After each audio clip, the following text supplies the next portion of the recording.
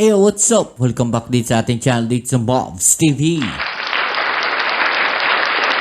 Alright, so tayo nagbabalik ulit mga babayan, no? At ngayon ay pag-uusapan natin ang mga balitang ating nasagap mula dito sa channel ni Melb's Castle.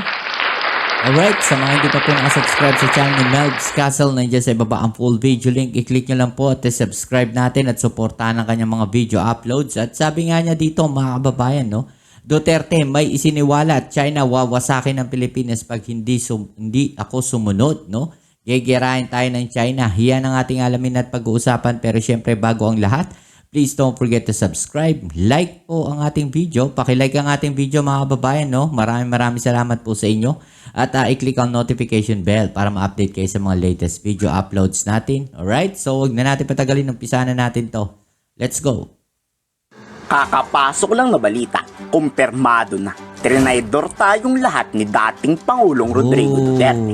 Pinangalanan na kasi ni Chinese Foreign Ministry spokesperson Mao Ning kung sino ang Pangulong nangako sa China. Walang iba kundi si former President Digong. Inamin na rin ni President Duterte na nangako to. Dito pinangako raw na aalisin ang BRP Sierra Madre. Ibig sabihin ba nito? Pumayag si Duterteng lumayas tayo sa sarili nating teritoryo. Ayan mga kababayan, no? At ito nga no, noong mga nakaraan talagang nagulantang tayo, no? At nawindang, no, sa mga plot twist na nangyari, no? Diyan po sa West Philippine Sea, no? Matapos nga no na pumutok itong usapin dito sa gentleman's agreement, talaga namang kaliwat kanan, no? Yung pag-amin at pagtanggi mga kababayan, no? Una lang inamin ni dating spokesperson Harry Roque, no, na kaya nagkakaganyan ng China sa West Philippine Sea, no? Kaya nangaharas ang China, kaya nagagalit ang China, no, dahil nga po di umano meron daw gentleman's agreement, no? At makalipas ang ilang araw, yung gentleman's agreement na yan ay itinanggi po, no, ng dating Pangulong Duterte.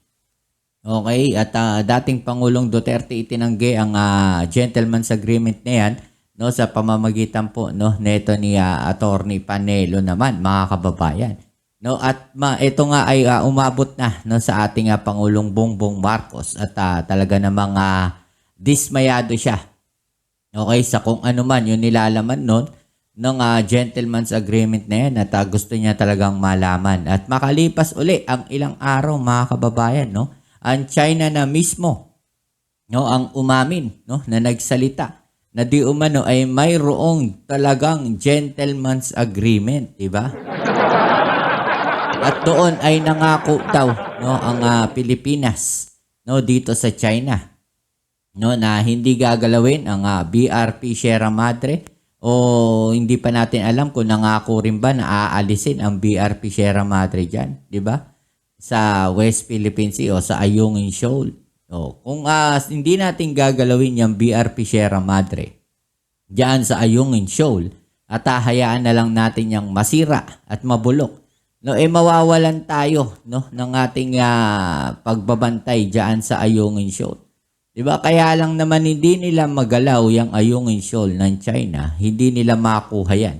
No, dahil nandyan nga po yung BRP Sierra Madre. At sa pamamagitan ng sinasabi nilang status quo, no, masisira na lang yung BRP Sierra Madre at mabubulok na lang yan. Dahil ayon doon nga sa naging kasunduan, no, bawal po, no, na magdala ng construction materials dyan sa BRP Sierra Madre. No, bawal po yung i-renovate, bawal po yung ayusin. Sa makatuwid, ang mangyayari, no, mabubulok na lang yan.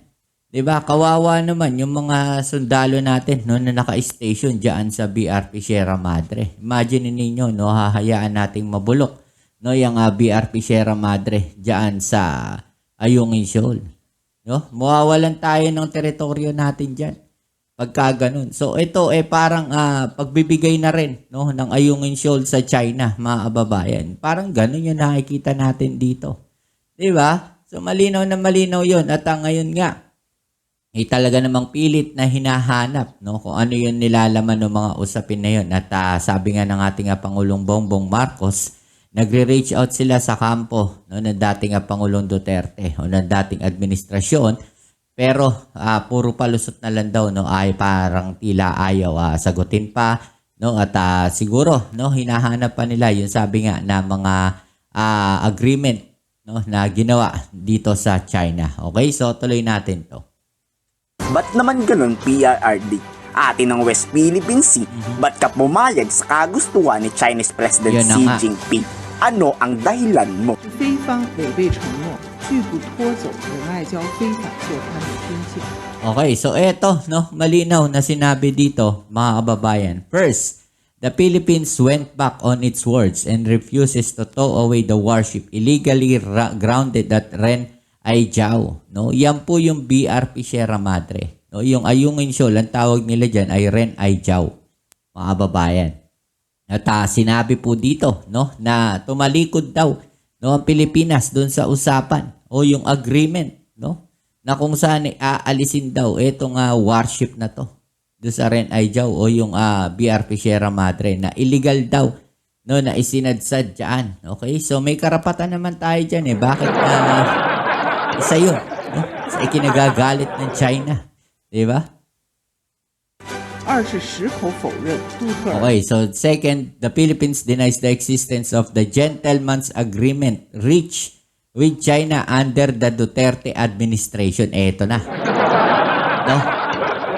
Dininay daw ng ating gobyerno o hindi kinikilala ng administrasyon ngayon yung gentleman's agreement, no, sa ilalim ng Duterte administration at ng China, mga kababayan. Ang problema nga, yung gentleman's agreement na yan, bakit hindi kikilalanin?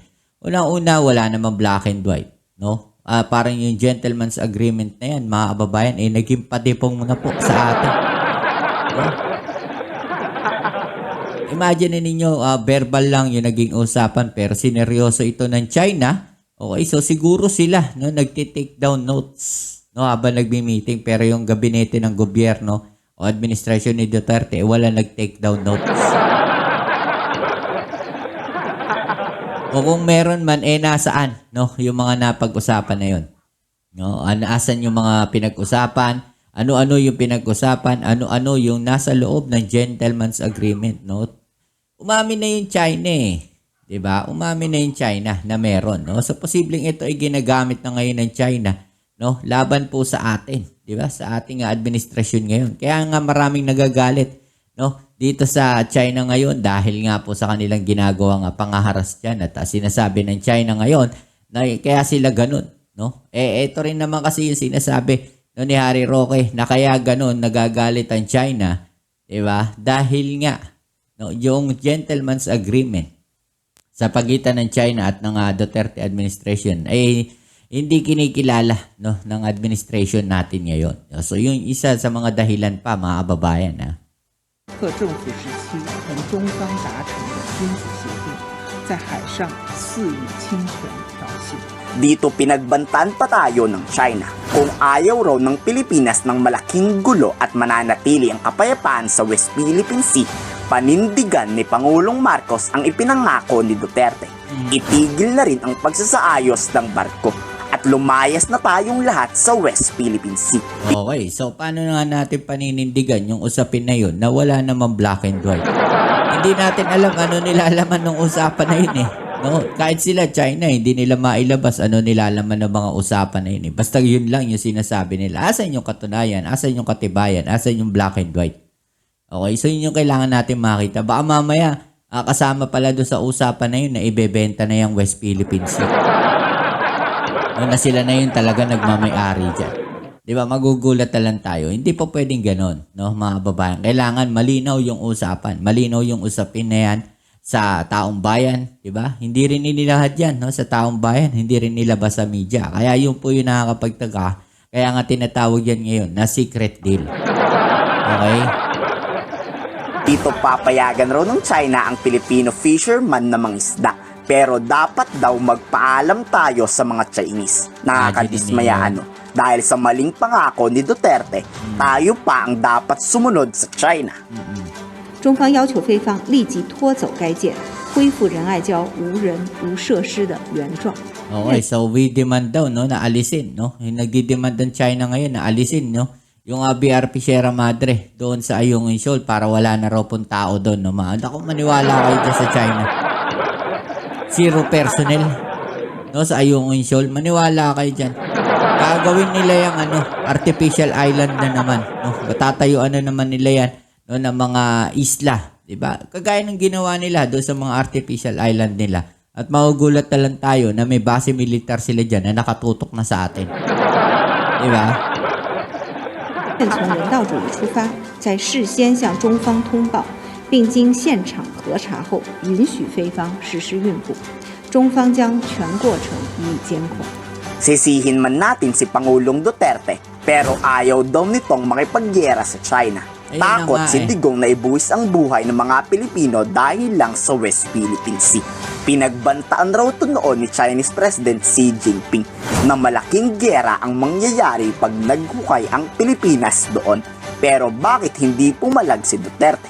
Bakit nanaig ang takot sa kanya na baka gerahin tayo ng China? Mr. President. Yun yung yun yung consequences ng pagtira niya sa Amerika. No, binanatan niya na binanatan yung Amerika, mga babayan. Pinakita niya na ayaw niya sa Amerika.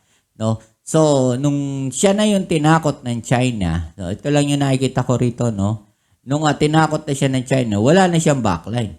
Diba? So, natakot na siya. Anong gagawin natin? Wala na tayong choice kundi sumunod na lang sa gusto ng China. Diba? Ganun na lang para walang gulo. Diba? Parang ganun yung nangyari dyan. Kasi hindi rin niya sigurado kung tutulungan tayo ng Amerika sa kabila ng pagbanat, no, ng dating administrasyon sa Amerika. So, hindi niya alam, no, kung tutulungan pa siya ng Amerika. Dahil tinira niya lang tinira eh. Diba? So, eto ngayon, nahahanap ng tiyempo ang China, no, at tinakot ang Pilipinas. Natakot ngayon. No, gigirahin tayo eh. Diba? Magkakaroon ng malaking gulo eh. Diba? So, wala nang choice, wala nang option. Diba? Kundi sumunod tayo at lumuhod doon sa China. Yumuko. President, we would insist that that China Sea, or not the whole of it, but there is a part of the China Sea that belongs to the Philippines. And since I would want to,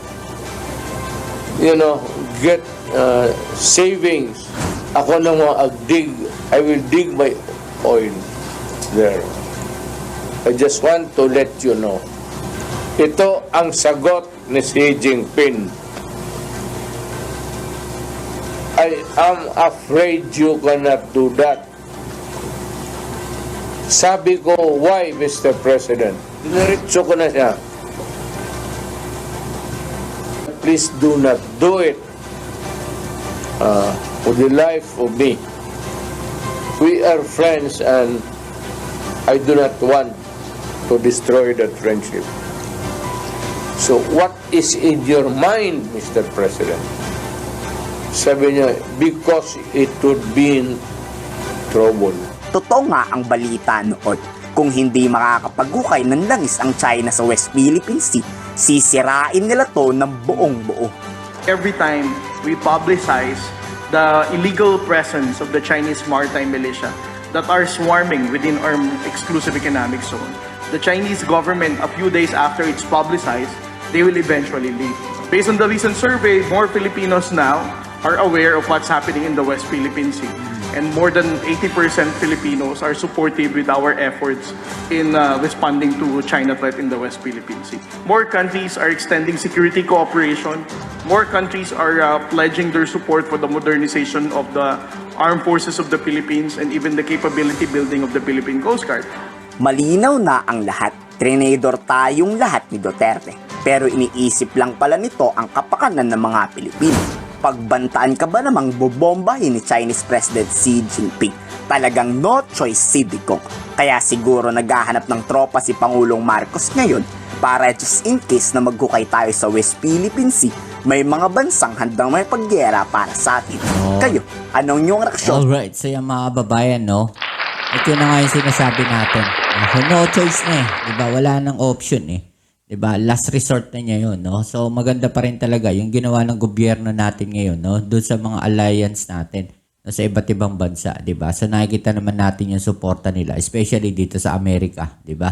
So napakalaking tulong at suporta po niyan para sa atin. Alright? So yan muli, maraming salamat sa lahat ng mga patuloy na nakasuporta dito sa ating channel. At kung bago ka pa lang, please don't forget to subscribe, like, share, comment dyan sa comment section. Kita-kits tayo sa ating next video. Ito muli ang inyong Kuya Mobs dito sa Mobs TV. Peace. I'm out.